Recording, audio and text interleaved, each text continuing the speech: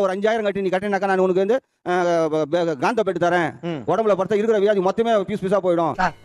புரியுற மாதிரி சொல்லுங்க சார். எவ்வளவு ரூபாய் அந்த மெத்த? முதல்ல வந்து 5000 கட்ட சொன்னாங்க சார். 5000 கட்டினேன். 5000 கட்டின பிறகு என்ன ஒரு ஹோட்டலுக்கு இட்டு போனாங்க. நீ ஒரு 5 பேர் இட்டு வா அப்படின்னு.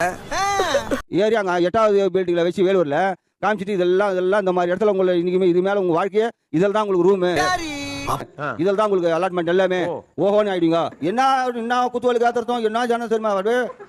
கன்ஃபார்ம் நம்ம கட்டம் கட்டிட்டாங்க. மீட்டிங் வச்சாங்க, 1.5 மணி நேரம் வச்சாங்க. அவங்க எனக்கு நான் 1.5 லட்சம் சம்பாரிச்சேன், நான் 60,000 சம்பாரிச்சேன். நான் அவங்க பேச இதுவாயிடுச்சு. நல்லா தான் மேம் பேசணும், அப்படியே வாழைப்பழம் மாதிரி பேசுவாங்க மேம். இவங்க பேசுறத பார்த்தா எப்படியா பட்டவங்கள தான் உயிர்ந்துருவாங்க. கிட்டத்தட்ட ஒரு 6 மாசம் ஊட்ட மாட்டை வித்தேன், வண்டியை வித்தேன், எல்லாத்தையும் வித்து 10 பைசா பிரயோஜனமே இல்லாத போயிடுச்சு. அதுக்கெல்லாம் ஒரு குடுப்பன வேணும்னே. ஆமாடா, சில தரித்திரம் முடிச்சவனுக்கு அதெல்லாம் கிடைக்காது.